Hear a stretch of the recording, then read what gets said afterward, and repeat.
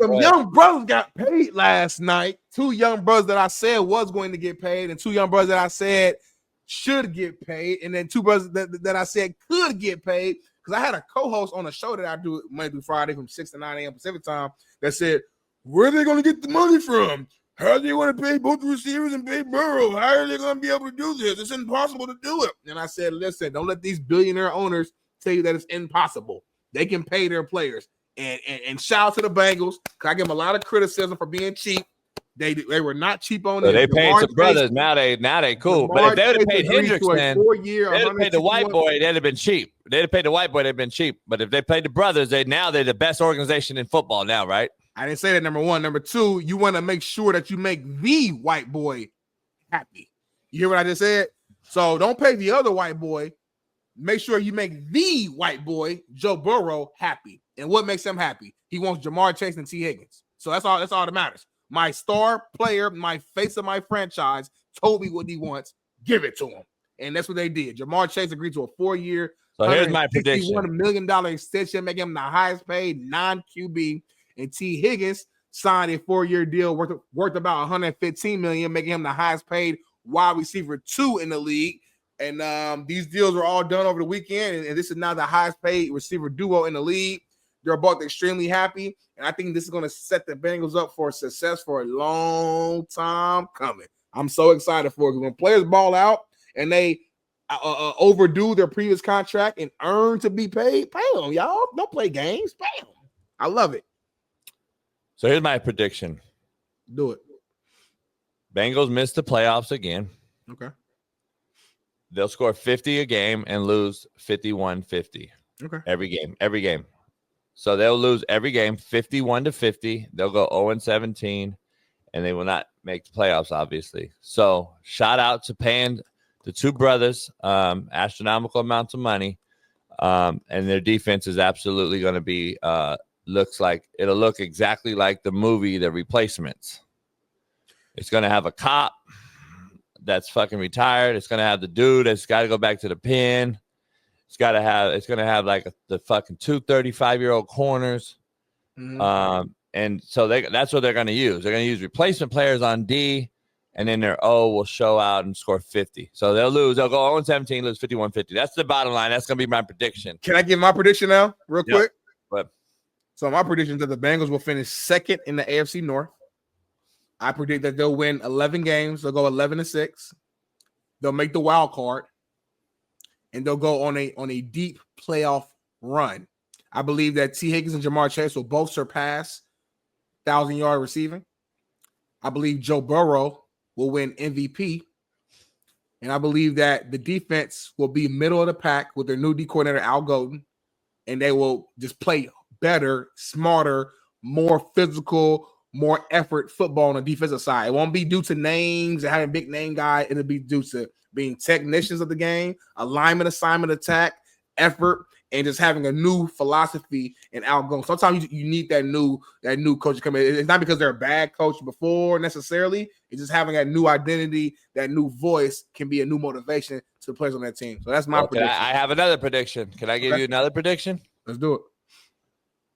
My prediction will be that the Ravens will be absolute shit, and that Cooper Rush will be starting for them before the season ends. I don't know why. Knock on wood that there's no injury to Lamar. Rush. That's the only way it can happen. Cooper Rush will be starting for the Ravens, and the Ravens will be absolute dog water. So, well, I got another prediction. So my prediction is that got traded to them. My bad. What? So my prediction is that Cooper Rush, who's a great guy, great backup quarterback in the NFL, a Mac guy who I strip sacked in college. He's gonna win a playoff game. He's gonna come in a couple games this year, late game after the Ravens are already blowing teams out. He'll throw a few touchdowns late, keep the offense running. He'll be a great kind of co-leader of men as the backup quarterback. He'll give the first team defense a great look all throughout the year at practice. In the event, knock on wood, that Lamar has a minor thing go wrong with him physically and has to miss a game or two, Cooper Rush will come in and keep the team level and sustained. And the Ravens will win the AFC North again and they will go on and win the Super Bowl this year. That's my prediction. So, D-Hop, Cooper Rush, and re-sign Ronnie Stanley on the outside. Zay Flowers back healthy, number one receiver who was hurt all playoffs. I love it. D-Hop won't even be on the team by the end of the season. I'm just telling you. I can't believe you just predicted that Cooper Rush is going to be starting at the end of the season, which basically, literally, you know what you're saying. You're literally predicting Lamar is going to be hurt, which is cold-blooded. And you're like putting out negative. You're putting out negative energy about him being hurt because you know. Harris, make sure you clip this. Smitty said that he wishes another brother to be hurt. I did not say that. If Lamar's hurt. So for you to say that is kind of cold-blooded. I wouldn't expect it from a coach and a former player like yourself. We never talk about injuries and try to predict that. Make sure when you clip it, Paris, that Smitty said he wishes another brother to be hurt. Not me. I did not ever say that. I said Cooper Rush will play some games, meaningful games, and win him a playoff game. I never said anything about his brother getting hurt. Wow. No. Okay. Let me ask you a question then. How does Cooper Rush become a starter for the Ravens? It's really better. No. How does he become a starter for the Ravens? He's good. He can spin it. How does he become a starter for the Ravens? What? All right, then. Yeah, what? Exactly, homie. Exactly. What's your take on Jamar Chase and T. Higgins? Because you didn't give me nothing on that. Yeah, I think they overpaid him. They overpaid him. They listen, man. They making Burrow happy, Smitty. They making Burrow happy because Burrow was about to say, "Trade me next." Yep. So they fucking made it happen. Listen, their defense is horrendous, one of the worst in the NFL. They have not addressed one fucking position on defense. Their best pass rusher is still up in the air. We don't know what's going to happen with him. And I don't know how they fill that roster with all the fucking holes that need to be filled on defense, Smitty. I'm going to be honest. How do you fill the defensive roster right now when you just spent $161 million on offense? I don't understand.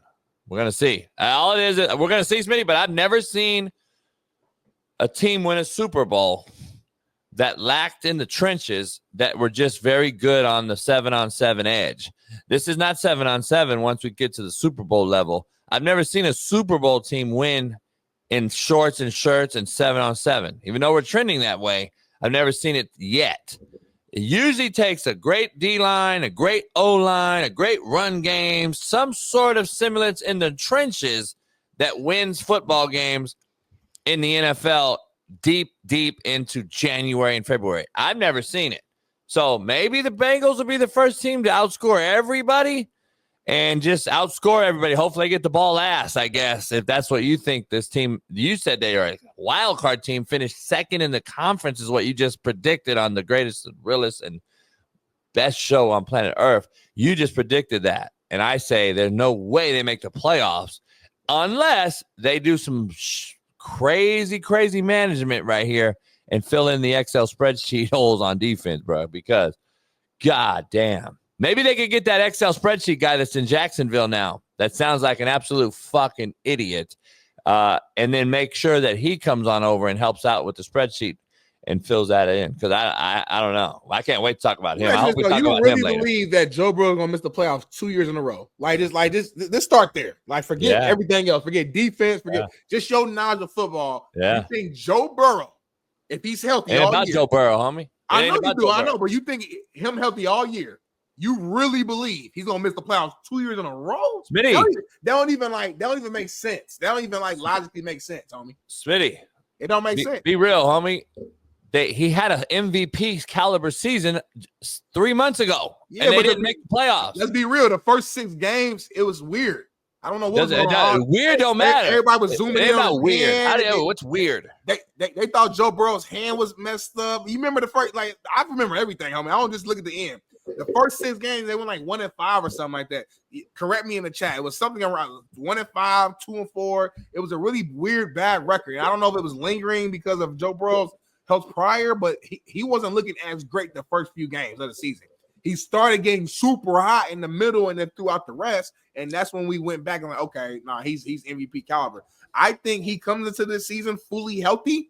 I think from the get-go he's balling. I don't think there's any. It won't be a slow start for the Bengals, is what I'm saying. So I just do not see how Joe Burrow. You keep missing the point, I guess. You keep missing the point. It. Joe Burrow always starts off. Joe Burrow's MVP candidate every year. What does he have to do with defense? I'm saying Peyton Manning and the coach have had bad defenses, but sometimes your quarterback is greater than your greatest excuse, homie. Shout out to Marcellus Wiley. You got to be greater than your greatest excuse. And a lot of times when you're a great quarterback, you can lead your team to the playoffs even when you have a piss poor defense. But I'm also predicting this. The defense won't be as bad as they were last year. I'm not gonna say they're gonna be the top 5 in the league. No, but they were so damn bad last year. The only way is up. You can't go down. So I'm new D coordinator. They did re-sign BJ Hill, which is a really good interior D lineman for them. They have the draft coming up. I think they're going to improve and be more of a middle of the pack defense. Same explosive offense. They signed a Gesicki, I believe, again as the tight end. They got both wideouts back. They got a run. So I think they're going to win 11 games next year, and make the playoffs and have a deep run. I truly believe that. Yeah, I don't. They got a good defense. I've never seen a team that just outscore everybody 49. I've never seen it. So until I see it, Smitty, that's all I'm saying. I don't think the Bengals have a shot with no defense. That's this show is about making predictions and stuff, so you're not going to see it. You can't make predictions after you see it. You talk about it now. So your predictions that they're going to miss the playoffs? I don't think they will. We'll see who's right at the end. Yeah, I think we're in a bad spot. They're in a bad spot, homie. They're in a bad spot. I'm just telling you. I hear you, man. I hear you.